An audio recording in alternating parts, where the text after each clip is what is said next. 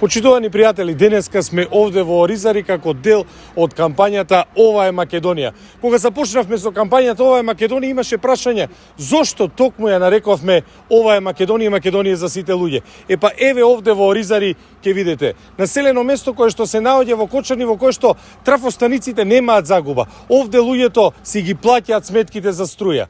Овде луѓето ги плаќаат и данок за имот, плаќаат даноци, плаќаат надоместоци.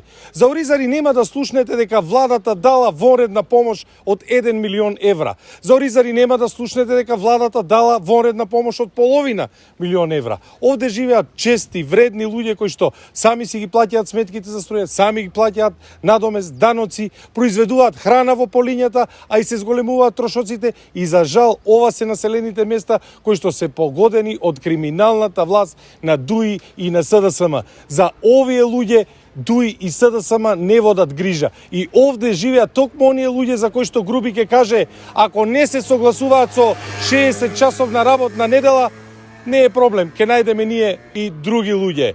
Ова се вистинските луѓе, ова е Македонија и ова се луѓето кои што ќе ги казнат и ДУИ и СДСМ и ќе ги пратат во политичка пензија и во историски заборав. Затоа денеска од луѓето овде слушнавме дека она што го чекаат се предвремени избори или редовни избори на крајот на денот на кои што ќе се гласа за ВМРО, ДПМН и за коалицијата од ВМРО, ДПМН и конечно ќе почнеме да градиме држава Македонија која ќе биде за сите, а не само за елитите на власт.